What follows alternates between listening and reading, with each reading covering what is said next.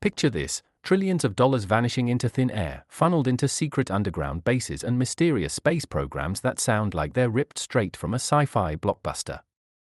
What if I told you this isn't fiction, but a claim made by a former Wall Street insider who's been tracking the money for decades?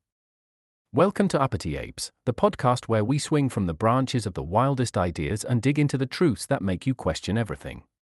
Today, we're diving deep into the world of secret space programs and advanced technologies, specifically the mind-bending claims of Catherine Austin Fitts, the investment banker turned whistleblower who founded Solari Incorporated. Buckle up, because this is going to be a wild ride through hidden budgets, deep underground military bases, and technologies that could change the world, or control it. Let's start with who Catherine Austin Fitts is, because her credentials are what make her claims so intriguing. Fitts isn't some random theorist shouting into the void. She's a heavy hitter, a former managing director at Dillon, Read & Company, a Wall Street investment bank, an Assistant Secretary of Housing and Urban Development under George H.W. Bush. She's managed billions in assets and seen the inner workings of government and finance up close. After leaving government, she founded Solari Incorporated, a company dedicated to financial transparency and helping people navigate the economic system. But it's her work on what she calls the black budget that brings us here today. Fitts claims that trillions of dollars, yes, trillions, have gone missing from U.S. government accounts, siphoned off to fund secret programs, including space operations and deep underground military bases, or dumps. These aren't just conspiracy theories, she's got receipts, or at least, she's followed the money trail to some dark places. So, what's the big idea? Fitts argues that the US government, in cahoots with powerful private interests, has been diverting massive amounts of public money into covert projects.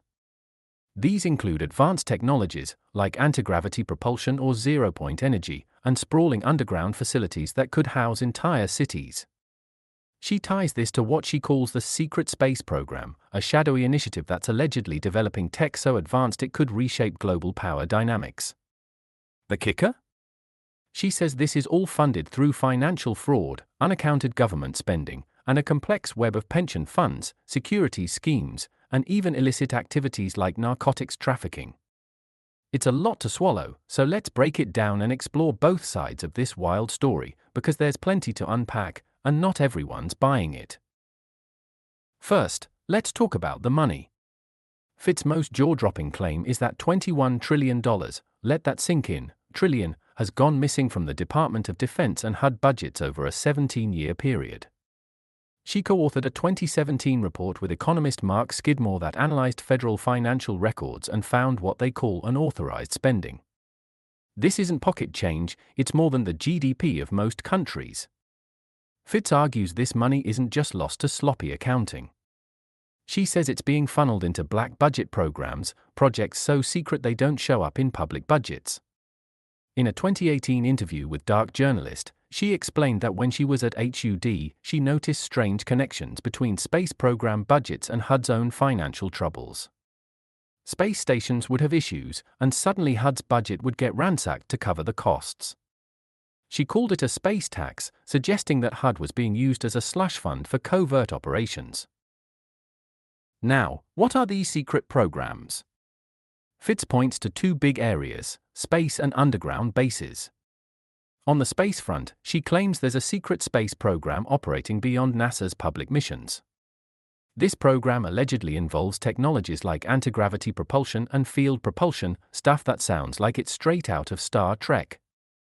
In her 2014 presentation at the Secret Space Program Conference in San Mateo, California, she estimated there could be $100 trillion worth of hardware in the skies, funded by taxpayers but owned by private corporations. Why keep it secret? Because, she argues, controlling these technologies means controlling the global financial system. If you've got anti-gravity tech, you've got the ultimate weapon, not just for war, but for economic dominance. It's a financial coup d'etat, as she puts it, centralizing power in the hands of a few. Then there's the underground angle, dumps, or deep underground military bases. Fitts claims there are at least 170 of these facilities across the US, possibly connected by high-speed rail systems and powered by secret energy sources like zero-point energy or cold fusion. In a 2025 interview with Tucker Carlson, she described these bases as built to withstand massive disasters, think nuclear war or even extinction-level events. She suggests they're part of a plan by elites to ensure their own survival while the rest of us are left to fend for ourselves. The idea is that these bases, along with space programs, are where the missing trillions are going. It's not just about defense, it's about creating a breakaway civilization, a term Fitz uses to describe a group of elites who could operate independently from the rest of humanity, on Earth or even off-world. Let's lean into the arguments for Fitz's claims, because they're compelling in their own way. First, her background gives her credibility. This isn't someone speculating from their mom's basement, she's been in the room where the big financial decisions are made. At HUD, she saw firsthand how budgets could be manipulated. She talks about how HUD's $300 billion mortgage insurance portfolio was managed by just one actuary, hardly the oversight you'd expect for such a massive sum. Her experience at Hamilton Securities, where she developed software that saved HUD hundreds of millions, also led her to uncover what she calls a securities scheme involving Jinnai investments. She claims this was a mechanism to funnel money to intelligence and military agencies, not to help poor communities as HUD's mission suggests. Then there's the paper trail, or lack thereof. The Department of Defense has failed every audit it's ever undergone. In 2018, the Pentagon admitted it couldn't account for $2.3 trillion in transactions. That's not a typo. Fitz and Skidmore's $21 trillion figure builds on this, pointing to a pattern of missing money over decades. If you're skeptical, ask yourself, where does that kind of cash go? Sloppy bookkeeping doesn't cut it as an explanation when we're talking about sums larger than entire economies.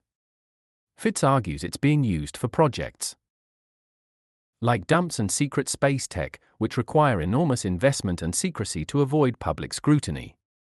She's even suggested that companies like Zapata Oil, co-founded by George H.W. Bush and former CIA chief Alan Dulles, were fronts for building underground missile silos, not drilling for oil. A subscriber of hers in Texas swore to her that Zapata's offshore operations were cover for this. Another point in her favor, the secrecy is plausible. The US has a history of classified programs, from the Manhattan Project to Area 51. If anti-gravity tech or underground bases exist, they'd be buried under layers of national security classifications. Fitz points to FASB 56, a 2018 accounting standard that allows the government to keep certain financial records secret, as evidence of a system designed to hide these programs. In her Solari report series on deep state tactics, she describes how the government and private contractors work together to obscure these funds, using complex financial instruments like interest rate swaps and pension fund investments. It's not hard to imagine a world where elites are preparing for worst-case scenarios, climate collapse, nuclear war, or something we can't even fathom, while keeping the rest of us in the dark. But let's flip the coin and look at the arguments against Fitz's claims, because there's plenty of skepticism to go around. The biggest counterargument is the sheer scale of what she's proposing. Trillions of dollars, hundreds of underground bases, and a secret space program with tech decades ahead of NASA? That's a lot to swallow without hard evidence. Critics argue that Fitz's reliance on financial discrepancies doesn't prove the existence of dumps or anti-gravity tech. The $21 trillion missing could be due to bureaucratic inefficiency, not a grand conspiracy. The Pentagon's failed audits are well documented, but they're often attributed to outdated accounting systems and poor interagency coordination, not secret programs. A 2019 Forbes article on the Pentagon's audit failures suggested the issue was more about incompetence than cover-ups, though it didn't entirely rule out fraud. Then there's the question of feasibility. Building 170 underground bases connected by high-speed rail would require an unimaginable amount of resources, labor, and secrecy. Where are the construction workers? The materials? The whistleblowers? Fitz claims mining and elevator companies were profiting during a period of heavy dump construction, but that's circumstantial at best. Same goes for the secret space program. Anti-gravity tech sounds cool, but we're still struggling to get astronauts to Mars with rockets. The leap to field propulsion feels like science fiction, and without physical evidence, like a leaked blueprint or a whistleblower with a prototype, it's hard to take seriously. Critics also point out that Fit's sources, like her Texas subscriber or unnamed insiders, are anecdotal and unverifiable. Another critique is that Fit's narrative plays into classic conspiracy tropes. The idea of a breakaway civilization or elites planning for an extinction event echoes apocalyptic theories that have been around for decades. While Fitz grounds her claims in financial data, her conclusions, like central bankers wanting to conquer space to escape accountability, sound speculative and alarmist. In her 2025 Tucker Carlson interview, she admits some of her ideas are theories, not facts. Skeptics argue she's connecting dots that don't necessarily form a picture. The government secrecy, they say, is more about protecting mundane military advantages than hiding alien tech or doomsday bunkers. There's also the issue of bias. Fitz has a clear distrust of centralized power, which colors her interpretation of the data. Her support for figures like Donald Trump, Rand Paul, and Cynthia McKinney suggests a populist streak that might lead her to see conspiracies where there's just chaos. Critics argue that her focus on missing money ignores the complexity of federal budgeting, where funds are often reallocated legally but opaquely. So, where does this leave us? Fit's story is gripping because it taps into a universal truth: power hides things. Whether it's Watergate, MKUltra, or the Snowden leaks, history shows governments keep secrets, often big ones. Her financial expertise makes her a compelling voice, and the numbers she cites are hard to dismiss outright. But the leap from missing money to secret space programs and underground cities requires faith in her interpretation, and that's where the skepticism kicks in. Without concrete evidence, it's a theory, not a fact. Yet, the possibility is tantalizing. What if she's right? What if there's a parallel world of tech and infrastructure being built right under our noses, funded by our own taxes? Let's zoom out and think about the implications. If Fitz is correct, the secret space program and dumps represent a massive betrayal of public trust. Taxpayers are footing the bill for technologies and facilities they'll never access, possibly designed to protect a select few while the rest of us face whatever's coming. It raises questions about who owns these technologies. If private corporations control anti-gravity tech, as Fitz suggests, what does that mean for global power? She argues it's a tool for centralizing control, but could it also democratize space travel if made public? On the flip side, if she's wrong, we're still left with a government that can't account for trillions of dollars, a scandal in its own right. The advanced tech angle is particularly juicy. Fitz talks about zero-point energy and cold fusion as potential power sources for these programs. If true, these could solve our energy crisis overnight, but she claims they're being hoarded to maintain economic monopolies. Imagine a world where free energy exists but is locked away in secret bases. It's infuriating to think about, but without a whistleblower or a declassified document, it's hard to prove. The skeptic in me says extraordinary claims need extraordinary evidence, but the dreamer can't help but wonder, what if? Then there's the human element. Fitz's Laurie report often frames these issues as a battle between freedom and control. She's not just talking numbers, she's talking about a system that, in her view, prioritizes elite survival over the common good. Her 2019 Deep State Tactics series describes personal attacks she faced, surveillance, harassment, even attempts on her life, for exposing these truths. It's a reminder that whistleblowers often pay a steep price, which adds weight to her persistence. But it also makes you wonder, is she seeing enemies everywhere because she's been through the ringer, or is she genuinely onto something? As we wrap up, I want to leave you with this: whether you buy Fit's story or not, it forces you to ask hard questions. Why is so much money unaccounted for? Why does the government need secret accounting rules like FASB 56? And what's really going on in those classified programs we'll never see? The truth might be mundane, bureaucratic incompetence, or it might be wilder than we can imagine.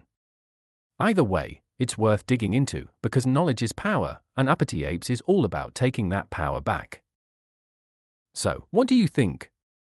Are secret space programs and underground bases real, or is this just a compelling story spun from financial chaos?